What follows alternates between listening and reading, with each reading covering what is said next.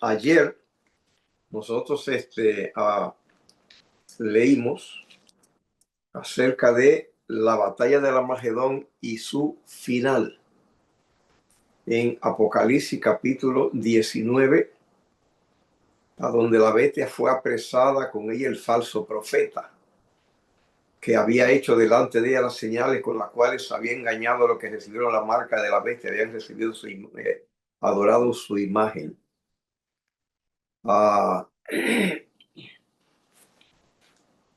Todos fueron lanzados vivos en un lago que arde con fuego y azufre, y los demás fueron muertos con la espada que salía de la boca de que montaba el caballo, y las aves se saciaron de las carnes de ellos. Así que entonces en Apocalipsis capítulo 20, entonces dice: vi un ángel que descendía del cielo con la llave del abismo y una grande cadena en la mano. Y vimos que el abismo en la Biblia, la primera vez se encuentra es en Apocalipsis, en Génesis capítulo 1, versículo 1 y 2, en la creación, que dice que lo que estaba el abismo, que era oscuro, y que el espíritu se movía sobre la superficie de las aguas. O sea que el abismo significa, la palabra abismo está compuesta, note usted, de dos palabras.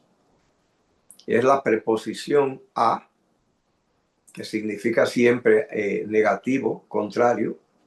Por ejemplo, cuando se dice apático, indica que no tiene simpatía. ¿Ve? Cuando se dice absurdo, lo que está diciendo es que no tiene sentido.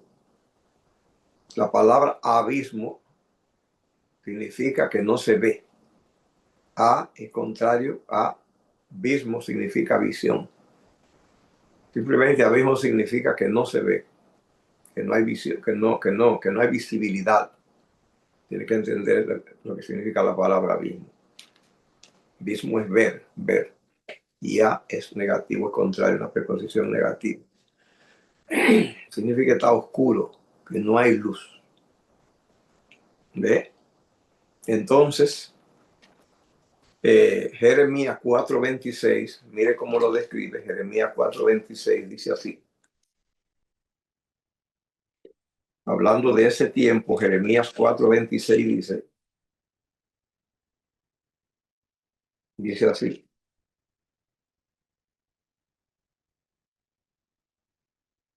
Jeremías está refiriéndose a este tiempo. Dice así. Y leo desde el 25. Jeremías 4:25 dice. Dice el 23, Jeremías 4:23 dice. Dice: miré la tierra, aquí estaba desolada y vacía, y a los cielos, y no había en ellos luz. Así que ya usted nota cómo es que Jeremías describe el abismo. Dice que no hay luz. Jeremías 4:23. Está hablando del milenio. Sigue diciendo: miré a los montes y aquí temblaban. Si los montes tiemblan solamente durante el milenio, porque en la venida de Cristo hay un desajuste planetario completo. Y los montes se quedan porque se van a hundir islas, cordilleras, en la venida de Cristo, dice. Entonces dice: vio que no había luz en los cielos. ¿De qué? De todas las explosiones que van a pasar en la tierra. Recuerde usted tantas armas que hay, pero también al desajustarse la tierra se sueltan los volcanes. Cuando se sueltan todos los volcanes, tiran lava y polvo y cubren la vista completamente de todo el firmamento. Así que los cielos quedan oscuros, dice Jeremías. Jeremías dice: miré los cielos, no habían ellos luz, los montes temblaban, los collados fueron destruidos. La única vez que los collados van a ser destruidos, dice, en la segunda venida de Cristo, que dice en el sexto sello. Recuerde que lo leímos, que decía en en Apocalipsis capítulo 6, versículo 13. Cada usted cómo lo describe. Entonces allí fue que surgió la pregunta, ¿y quién podrá sostenerse en pie? ¿Ve? Apocalipsis capítulo 6, versículo 13 dice, las estrellas del cielo cayeron sobre la tierra como deja caer sus higos la mata cuando son sacudidas por fuerte viento. El cielo se desvaneció como un pergamino que se enrolla, todo monte y toda isla se removió de su lugar, y los reyes de la tierra y los grandes, los ricos, los capitanes, los poderosos, todos siervos y todos libres se escondieron en la cueva y en la peña de los montes. Le decían a los montes y a la peña, caer sobre nosotros y escondernos de nosotros y de aquel que está sentado sobre el trono y de la ira del cordero, porque el gran día de su ira ha llegado, y quién podrá sostenerse en pie. Así que entonces ya sabemos que el caos y el desastre que sufre la naturaleza en la segunda venida de Cristo es como Jeremías lo describe, que dice, miré la tierra y estaba asolada y vacía, y los cielos no habían en ellos luz, miré los montes aquí temblaban, los collados fueron destruidos. Jeremías 4:25, miré y no había hombre. ¿Ve? Solamente en ese momento, en esa ocasión, en la venida de Cristo y en el milenio, es que no hay hombre. Miré y no había hombre, y las aves del cielo se habían ido. ¿Cuáles aves? Pues ya ayer leímos en la batalla del Armagedón que un ángel convoca, dice, a las aves que vuelan del cielo, dice, para el banquete que le tiene preparado, que coma carne de reyes, carne de caballo, carne de jinete, de siervo, de todo libre, pequeño y grande. Dice aquí, pero las aves se habían ido. Dice, miré aquí el campo fértil, era un desierto. ¿Ve? Y todas las ciudades eran asoladas. Eso pasa solamente durante el milenio. Delante de Jehová, delante de la luz de su ira. Dice, porque así dijo Jehová, toda la tierra será asolada, pero no la destruiré del todo.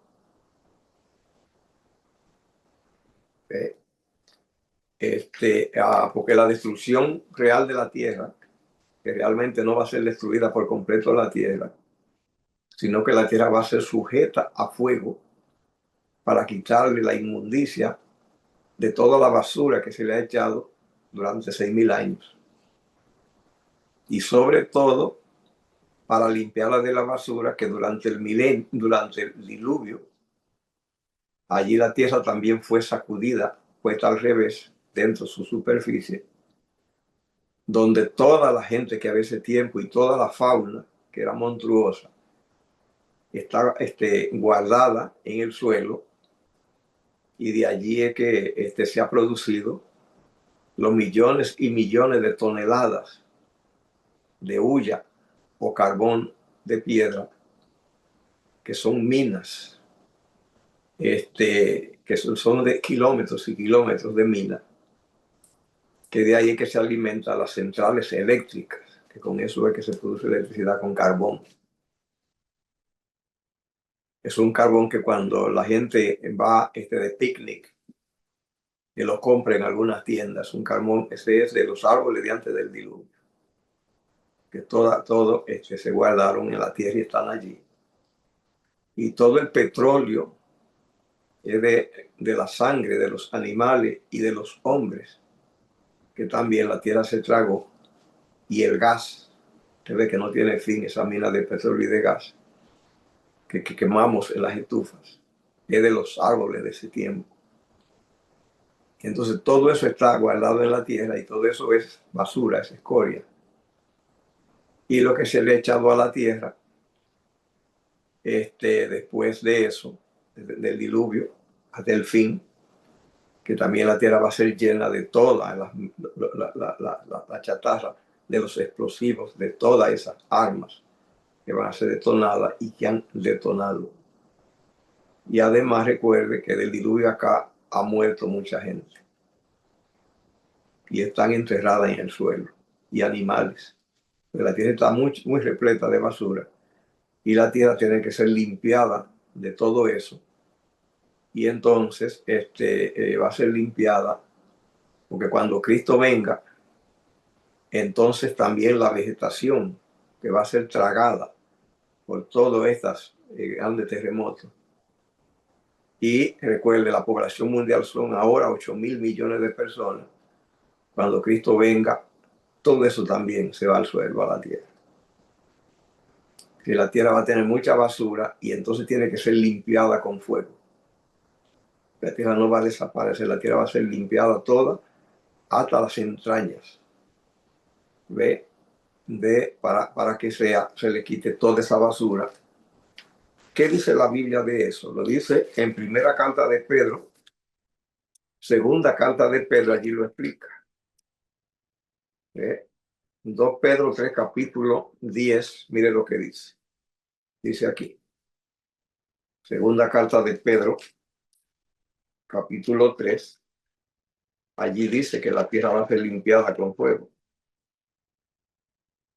Dice aquí el versículo 9, 2 Pedro 3, 9 dice, el Señor no tarda su promesa como algunos la tienen por tardanza, sino que paciente para con nosotros, no queriendo que ninguno perezca, sino que todos procedan al arrepentimiento. Pero el día del Señor vendrá como ladrón en la noche, en el cual los cielos pasarán con gran estruendo,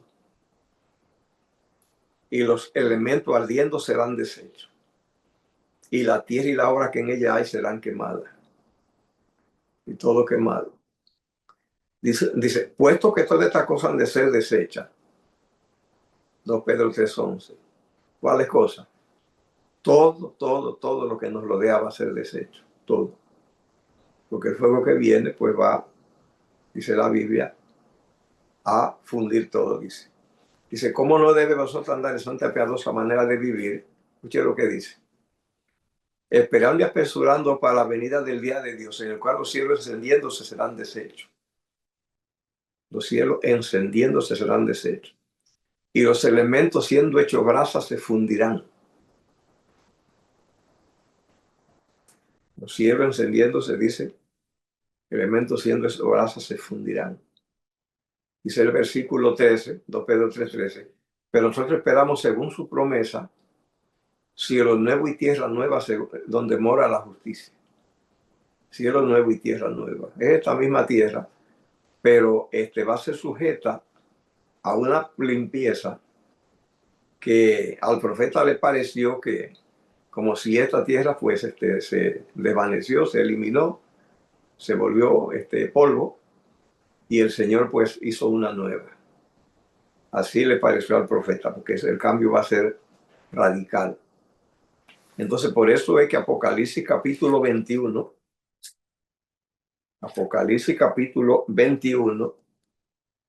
por eso Juan lo dice así. Vi un cielo nuevo y una tierra nueva, porque el primer cielo y la primera tierra pasaron y el mar ya no existía más. Así que en la tierra nueva, el mar no va a ser como hoy, dice, no existía más. Porque cuando Dios hizo la tierra, en Génesis capítulo 1, no era como hoy, porque hoy casi no tenemos tierra en el planeta, sino que es agua, más de la mitad. Como el 60% es agua. Y no fue así en el principio. En el principio, lo que había era tierra. Y la Biblia habla allí que había un río en el huerto de Edén. Y había mar, pero era porciones muy pequeñas, comparadas con la que tenemos hoy. Y la tierra no tenía, como tenemos hoy, cordilleras. Recuerde usted que la tierra es como un espinazo. Cuando yo iba viajando de Santo Domingo para Panamá, después que el avión se adentró en medio del océano, pues solo se veía agua. Pero el piloto en una ocasión pues nos dijo, miren, van a comenzar a ver ustedes como si hay un espinazo vegetal que va saliendo del mar. Y era el avión, iba pues viajando. Y fue saliendo como del mar una cordillera. Dice, esa es la cordillera de los Andes que divide Argentina de Chile. que es tan alta que a la mitad de ella es que se hacen las nubes y los relámpagos y la lluvia. Así de alta es la cordillera. Y cuando pues nos acercamos bastante, ya la cordillera parecía que iba a superarnos a nosotros en el avión. Y eran miles de millas, eso está en Sudamérica, en Argentina. Y nosotros recién estábamos allí en el Caribe. Así de alta esa cordillera, pero tenemos una más alta, que es la cordillera de los Himalayas, la frontera entre la India y China, donde está el Monte Everest, que tiene más de 8 kilómetros de altura. Esos son solamente de roca. Y así hay cantidades de montes, porque esa es la cordillera de los Himalayas, que es la más alta del mundo. Entonces, cuando el mundo fue creado, no tenía nada de esas alturas. Eso fue en el diluvio que apareció eso. Porque en el diluvio fue una deformación tan terrible que tuvo la tierra, que como vemos, pues casi no tenemos, porque cuando Dios estaba creando el mundo, dice Génesis capítulo 1, que Dios puso agua sobre la tierra y agua debajo. Y en el medio dejó el espacio. Eso es lo que dice Génesis capítulo 1. Mire cómo dice allí, dice, en el principio creó Dios la tierra estaba desolada y vacía, la tiniebla estaban sobre la faz del abismo, porque abismo significa solamente que la vista no alcanza, nada más. El Espíritu de Dios se movía sobre la faz de las aguas, y dijo Dios, sea la luz, y dijo que la luz era buena. Luego dijo Dios, haya expansión en medio de las aguas, y separe las aguas de las aguas. Génesis 1:7, dijo Dios, hizo Dios la expansión y separó las aguas que estaban de la expansión, eso es los mares, de las aguas que estaban sobre la expansión. Así que entonces nosotros quedamos aquí, a donde vivimos, en medio de agua.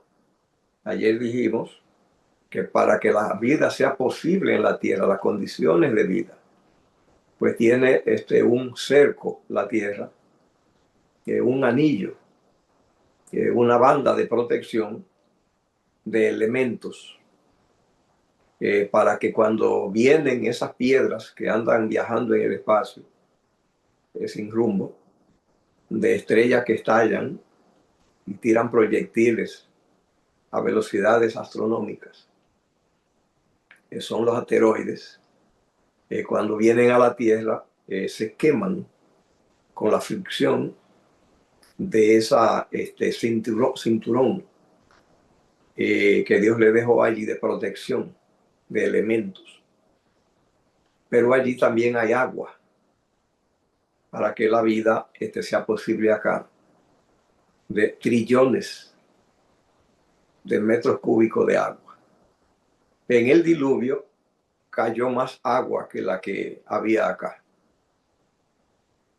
Y entonces quedamos con menos de la mitad del planeta de la Tierra, porque mucha tierra pues quedó encima de esas cordilleras. Que la tierra era llana, la tierra no tenía esos espinazos. Y entonces pues si no hubiera agua, eso fuera una profundidad espeluznantes. Imagine usted la profundidad que tiene el mar. Si eso no lo llenan de agua, serían unas profundidades aterradoras.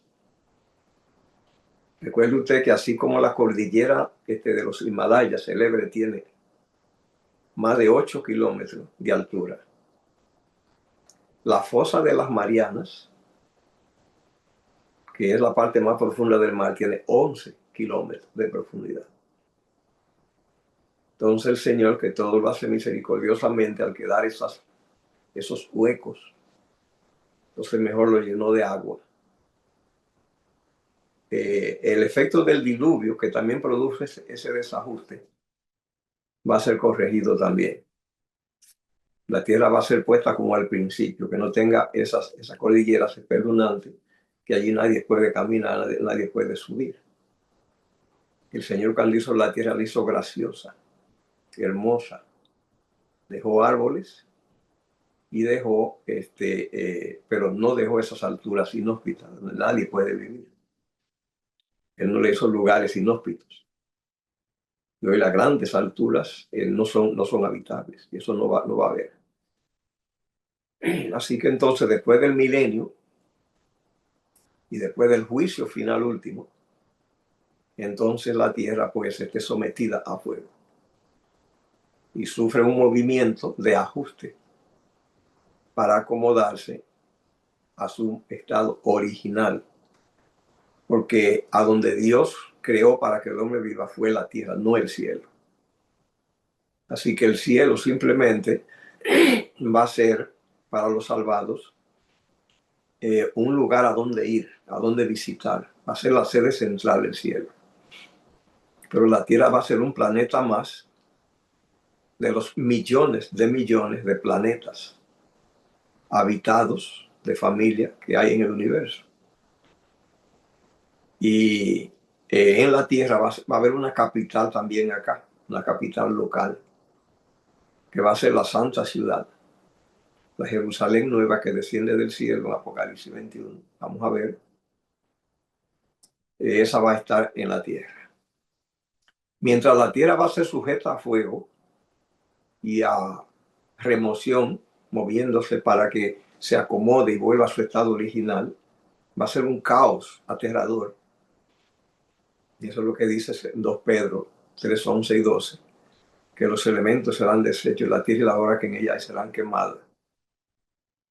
Y con explosión aterradora, la tierra va a ser otra vez puesta en su lugar. Mientras eso esté pasando, los santos estarán y estaremos, yo me incluyo por fe, aquí en la tierra. ¿Dónde?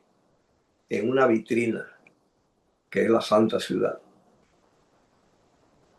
Allí vamos a estar mirando todo ese caos en la tierra, que no se sabe cuánto va a durar dentro de la ciudad.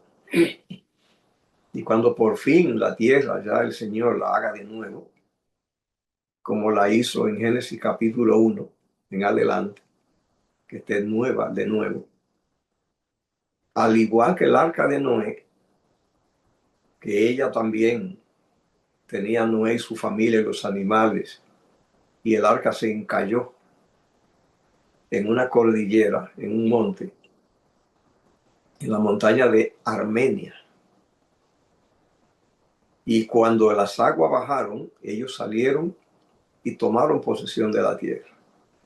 Pues aquello solamente fue un anticipo de lo que va a pasar ahora. Allá fue con agua, aquí va a ser con fuego.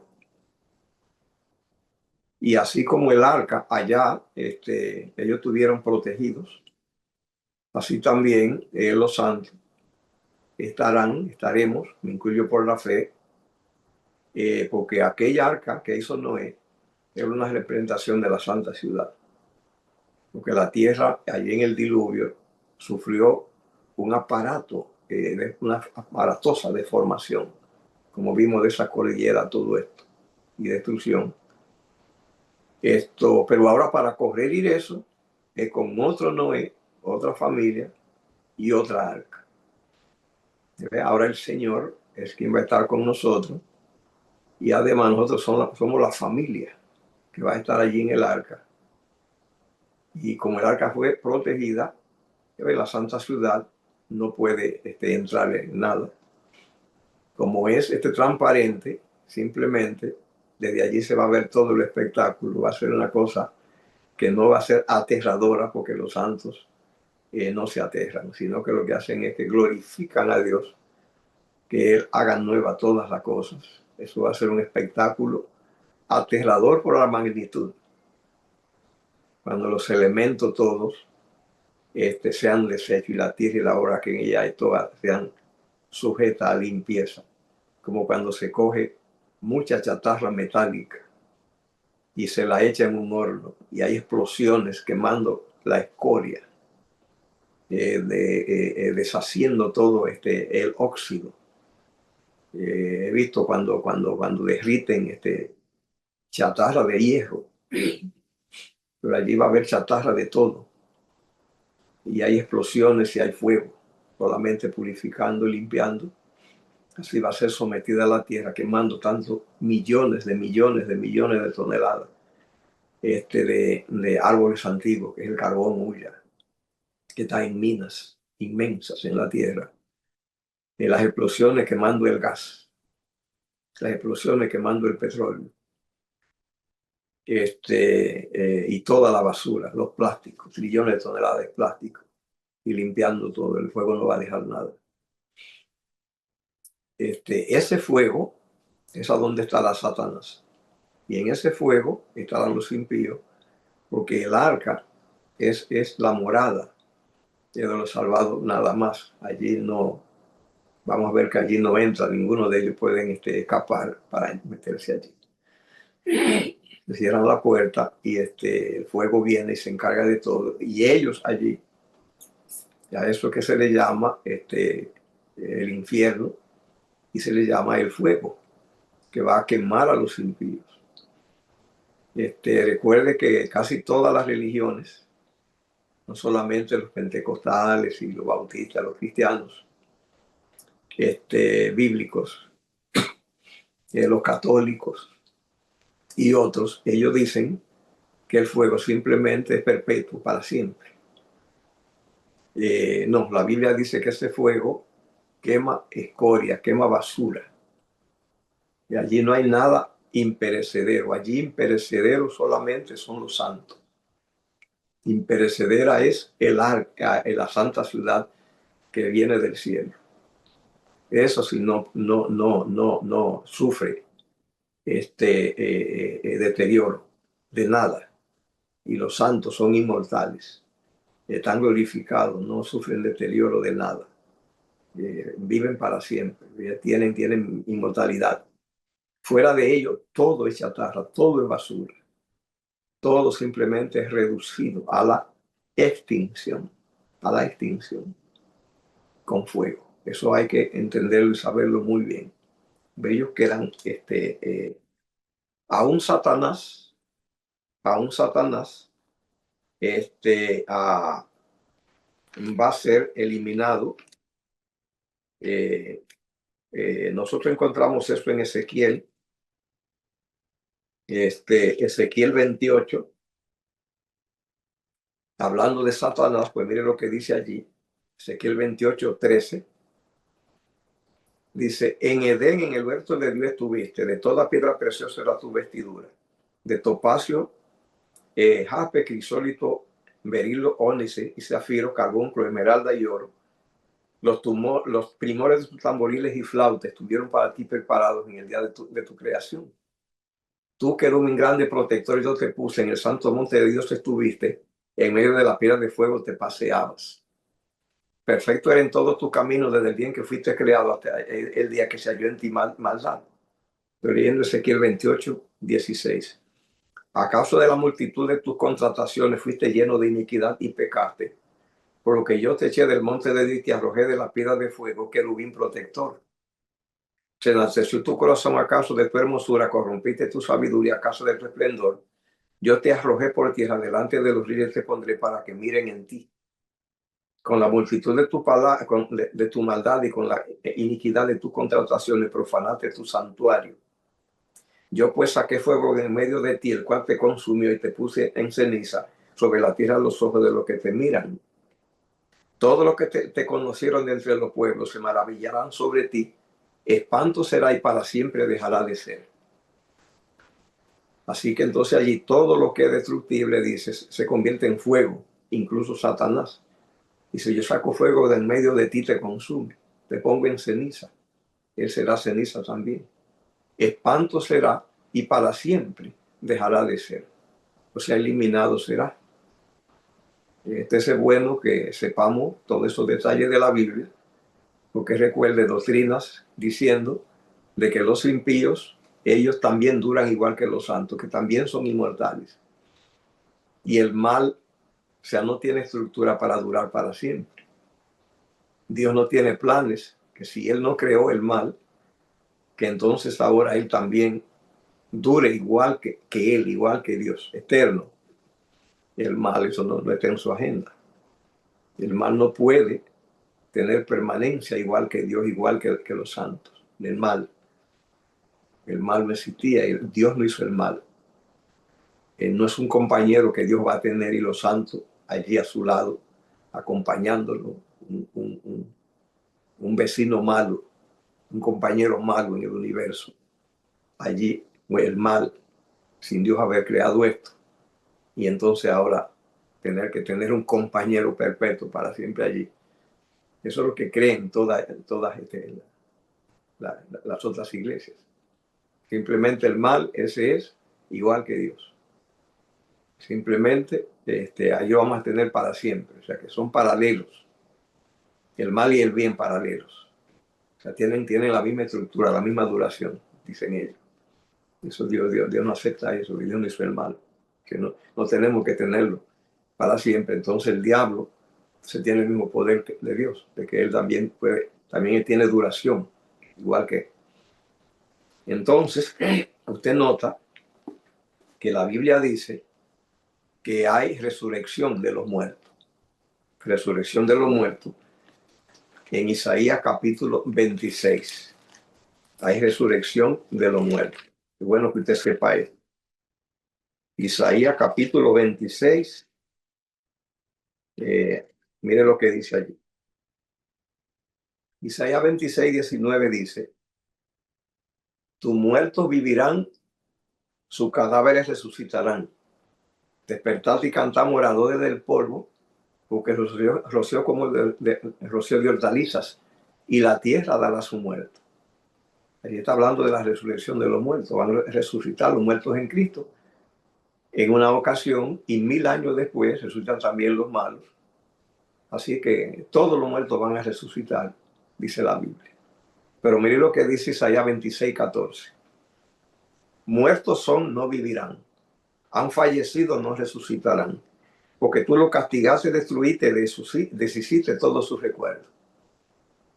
O sea, aquí está hablando el versículo en el 26, 19, donde los muertos resucitarán.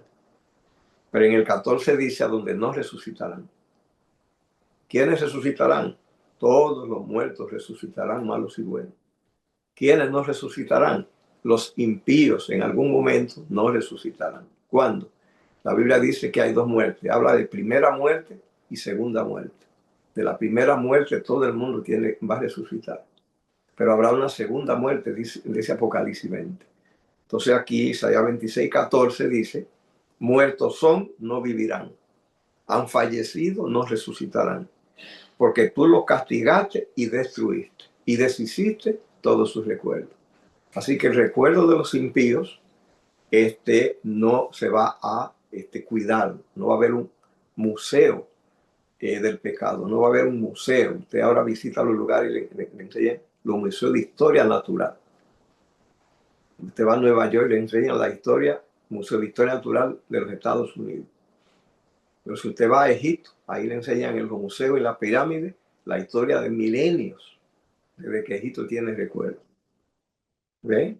Usted va a Irak, a esos lugares, y allí tienen museos, porque allí comenzó la civilización después del diluvio en Irak, que eran sumerios, los sumerios fueron los primeros. ¿Ve? Ahora, no va a haber un museo, Dios no va a dejar un museo. Lamentablemente no tendremos un museo de la historia del conflicto cósmico. El fuego va a borrar y no va a dejar nada. Aunque las iglesias, los cristianos, hermanos cristianos de las iglesias, pentecostales, evangélicos y los católicos, ellos sí dicen que va a haber un museo catastrófico, y es que todos los impíos de todos los tiempos y Satanás, ellos también van a estar como compañeros nuestros en el universo todo el tiempo que nosotros vivamos, y ellos también van a estar. Como que la obra buena de Dios y la obra del diablo, ellas tienen la misma agenda. El diablo y el mal tienen el mismo poder. Dios creó el bien, Satanás crea el mal, y los dos van a reclamar espacios similares de perpetuidad.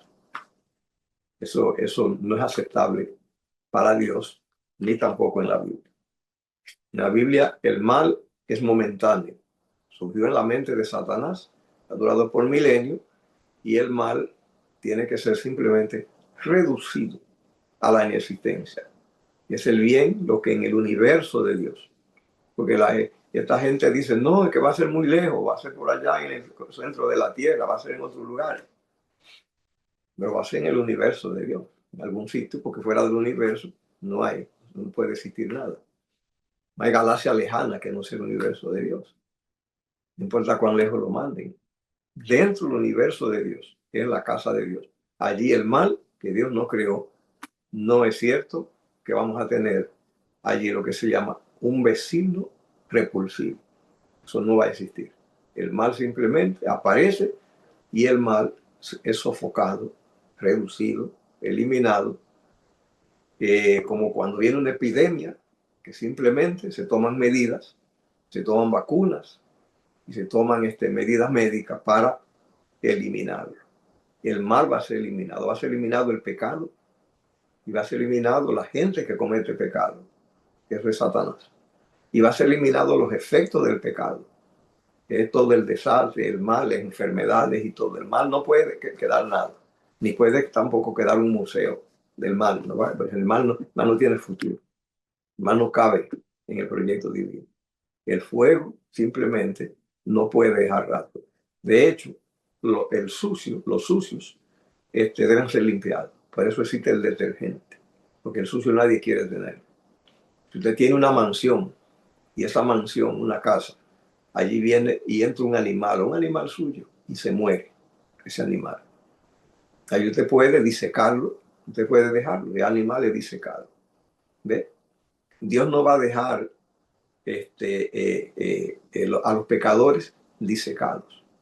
Ahora esta gente cree que no es disecado, creen que ellos van a estar sensibles, vivos, gritando. Y vamos a tener allí no solo a los malos, pero vamos a tener allí todo el mal, bullente, y todos esos millones allí, llenos de calamidad para siempre. Es el mal tan aborrecible en su aspecto, pero que va a existir para siempre, como que tiene el mismo derecho y la misma estructura de la deidad para tener existencia propia.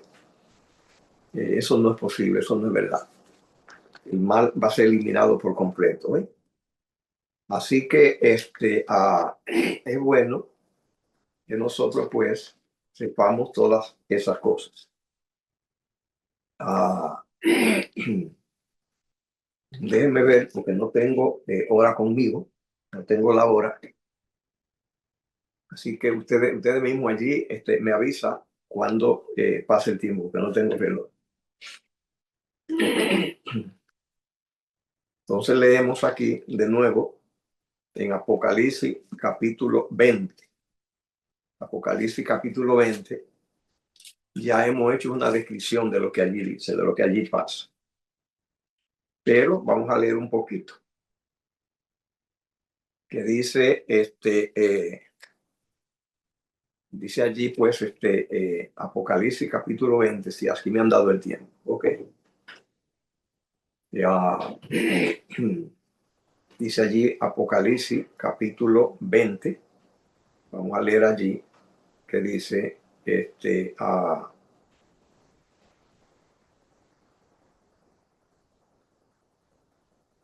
ok.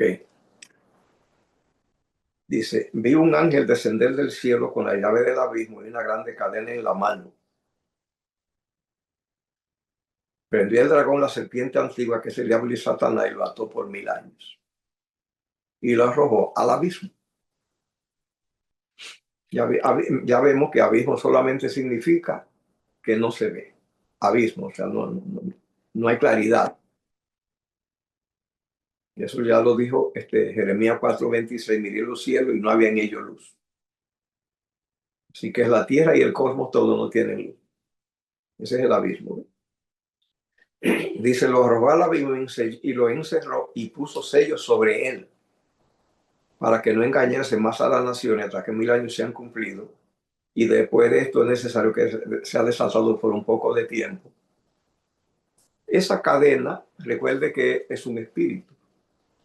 Así que no se pueden pensar en las cadenas que nosotros usamos aquí en la tierra. Cadenas de metal, de alambre.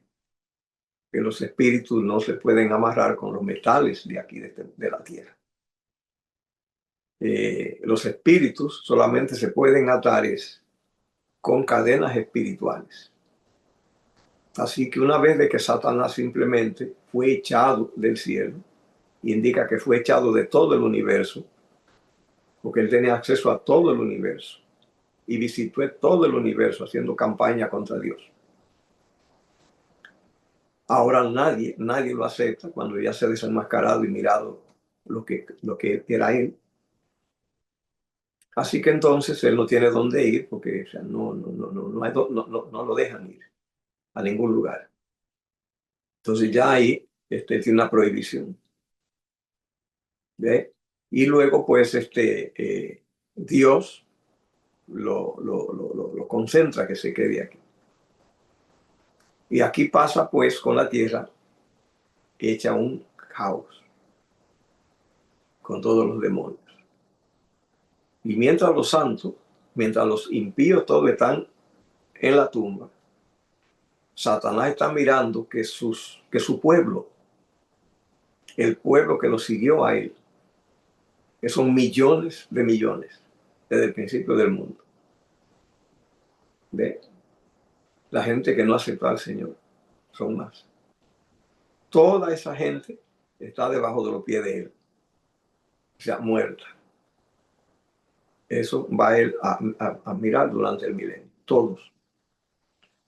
No hay cosa que le produzca depresión, que sea deprimente para Satanás, de ver que su gente ha muerto, de que su gente está muerta.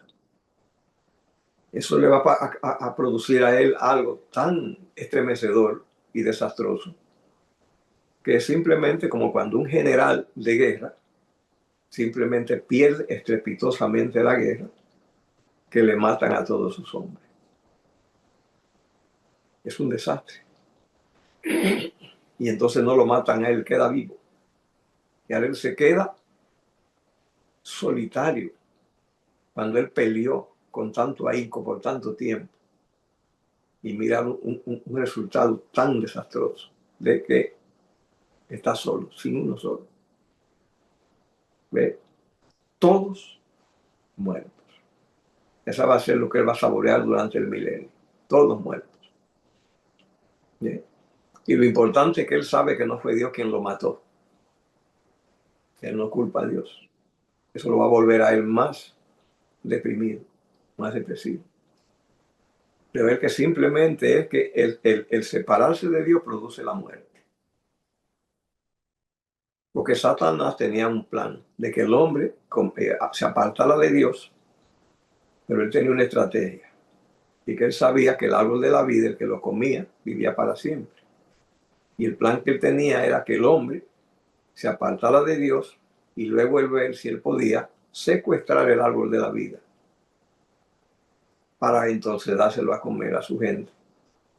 Y que así, separados de Dios, vivieran para siempre.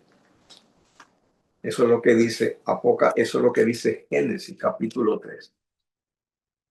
Génesis capítulo 3, versículo 22 dice: y dijo Jehová Dios, sea aquí el hombre como uno de nosotros, sabiendo el bien y el mal. Ahora pues que no haga su mano y tome también del árbol de la vida y coma y viva para siempre. Lo sacó Jehová del huerto de Edén para que alegrase la tierra de que fue tomado, y echó pues Jehová al hombre y lo puso en el oriente del huerto de Edén. Puso querubines y una espada encendida que se revolvía por todos lados para guardar el camino al árbol de la vida. Porque Satanás, esa es la estrategia, separarlo de Dios y entonces apoderarse del árbol de la vida. Y Dios tomó esa medida con el árbol de la vida, que echó al hombre y puso a ángeles, que eran como espada de fuego a cuidar el árbol. Y entonces pues se le dañó el plan a Satanás. Que la gente entonces pues por falta del árbol de la vida es que muere. El problema es que el árbol de la vida es Cristo. Entonces no es posible estar con el diablo y con Cristo, porque no es posible. Y él quería que tuvieran acceso a la vida sin Cristo. Eso no es posible. Simplemente calculó mal. Para poder tener el árbol de la vida, tiene que renunciar al diablo. Esta gente que aceptaron el liderazgo de Satanás no tienen acceso a la vida. Simplemente mueren. Entonces Satanás vio que su estrategia que calculó pues fue mal, y ahora él ve que toda gente, todo individuo de su pueblo, toda su gente, simplemente está muerta. Ok, así que seguimos leyendo en Apocalipsis capítulo 20, que dice así. Dice, lo arrojó al abismo y los encerró y puso sellos sobre el que no engañase más a las naciones. Hasta 1000 años fueran cumplidos. Después de esto es necesario que sea desatado por un poco de tiempo. Así que va a ser desatado Satanás.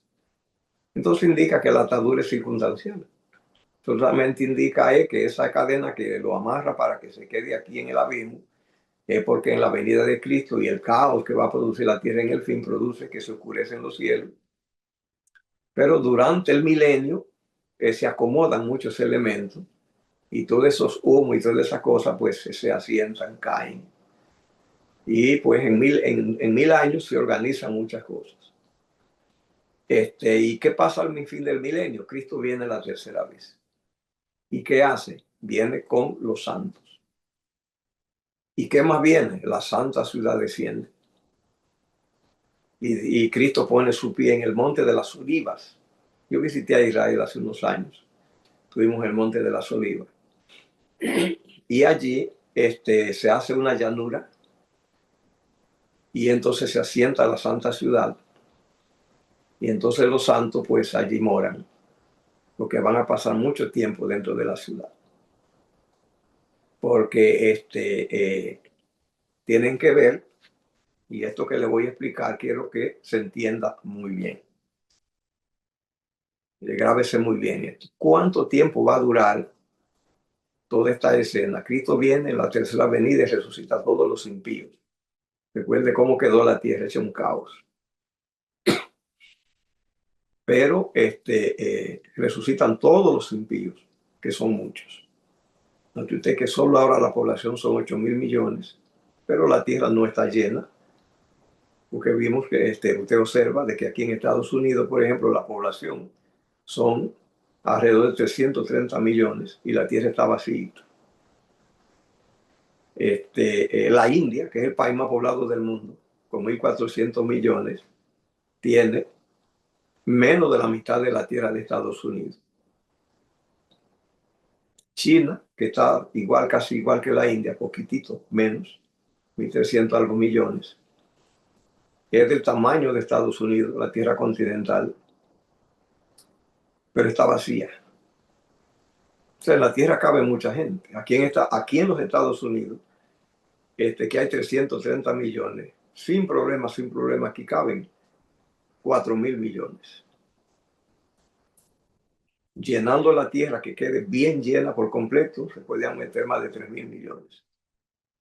Porque la India, que tiene la mitad de la tierra de Estados Unidos, aproximadamente menos de la mitad, tiene 1.400 millones. En la India está vacía la tierra. Así que todavía en la India misma caben, no 1.400, eso es lo que tiene, está vacía. Cabe 3 veces más. Se puede meter casi 4.000 millones solo en la India. Así que en la tierra cabe mucha gente. El África está vacía. En el África se pueden meter 15.000 millones de personas. Solamente tiene mil algo millones. Se acaba mucha gente. Pero el asunto es que la gente que va a ser en la resurrección, cuando todos los que han vivido estén vivos, es mucha gente, pero cabrán en la tierra. Cuando esa gente resucite, va a resucitar con la misma mentalidad que tenía cuando murió. Durante la muerte ellos no cambiaron nada porque en la muerte no se fue cambio de nada. ¿Qué va a pasar cuando los impíos resuciten? Van a resucitar y va a haber muchos problemas. Pero hay una pregunta que yo quiero hacer para que usted piense en ella. ¿Cuánto tiempo durará este problema cuando Cristo venga y resucite a los impíos hasta que sean destruidos, hasta que talle fuego, para que la tierra se incendie y haya fuego y se limpie toda la basura, toda la escoria, la chatarra? La Biblia no dice. Pero usted no crea, no vaya a pensar que va a pasar en media hora. Tampoco crea que va a pasar en un día. Tampoco crea que va a pasar en un año. Tampoco crea que va a pasar en 10 años. Mire, ¿por qué no? Porque cuando Cristo venga y resucite a todos los impíos y se levante toda la gente que ha vivido, que es mucha gente, Dios simplemente recuerde que Dios no actúa contra los malos, porque Dios no mata, Dios no pelea. Aunque pareciera que los profetas y la Biblia dicen que Dios pelea y ataca y enfrenta a los malos, y en Israel lo hacía, Dios no hace eso. Dios simplemente no se iguala al mal, no opera como él opera el mal. El mal, su manera es la agresión, y Dios no opera igual que el mal. Dios no tiene nada parecido al mal. El mal es una alteración del bien y Dios es bueno. Por lo tanto, Dios no tiene ninguna de las herramientas del mal de aniquilación, de destrucción, de matar, de pelear y de agredir. Así que entonces los impíos resucitan y Dios lo deja tranquilo. ¿Cuánto tiempo va a dejar Dios a los impíos? Escuche bien cuánto tiempo lo va a dejar. Lo va a dejar hasta que ellos mismos se destruyan. Porque Dios simplemente es una tarea que Él no va a asumir. Él de destruir a los impíos porque Él no hace esas cosas. No mata. Él no es igual que ellos. Ellos cómo operan, matando y agrediendo y destruyendo. Y ocurre que Dios no usa esas herramientas, no son de su arsenal. ¿Cómo nos damos cuenta de eso? Con la palabra de Cristo.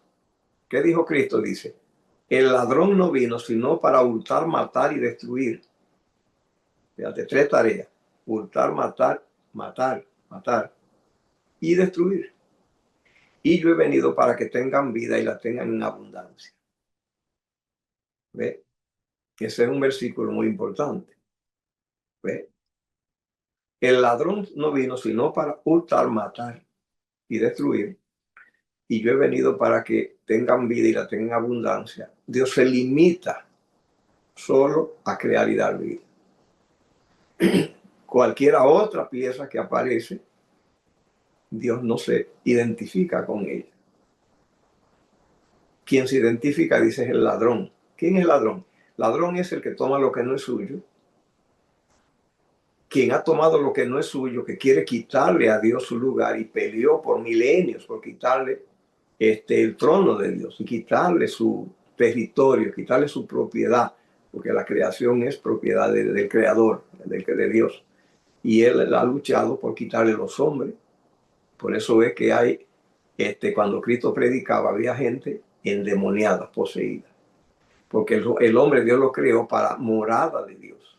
Y Satanás solo busca quitarle a Dios su propiedad, la envidia, quitarle. Y entonces busca morar en los seres humanos porque el hombre es creado para morada de Dios en el Espíritu, dice Pablo en Efesios. O sea que el ladrón, el que busca quitar lo ajeno, lo que no es suyo, lo de Dios, que es el universo, él quería y eliminar a Dios de él, el trono de Dios, su batalla es por ella. Lo dice Tesalonicenses, Juan Tesalonicenses dice que se siente en el templo de Dios como Dios, haciéndose pasar por Dios. O sea, anhela todo, quiere usurpar todo, quiere agarrar todo lo ajeno. ¿Ven? Ese es el ladrón.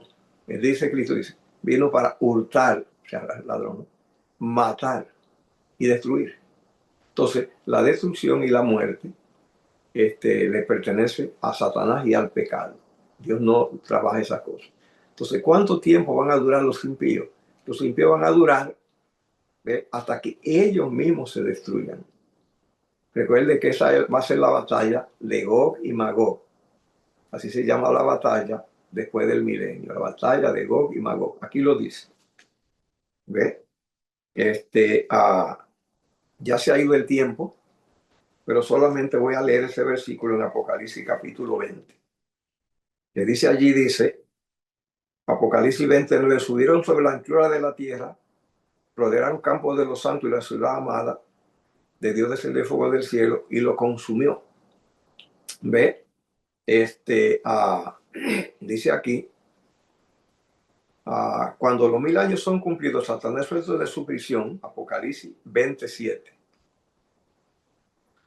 Y Apocalipsis 28 dice, y saldrá a engañar a las naciones que están en los 4 ángulos de la tierra, a Gog y Magog. Apocalipsis 28. El número de los cuales como la arena del mar. Son muchos, no los muertos de todos los tiempos. ¿Ve? Dice, a Gog y Magog. Esa es la batalla de Gog y Magog. Esa es la batalla después del milenio.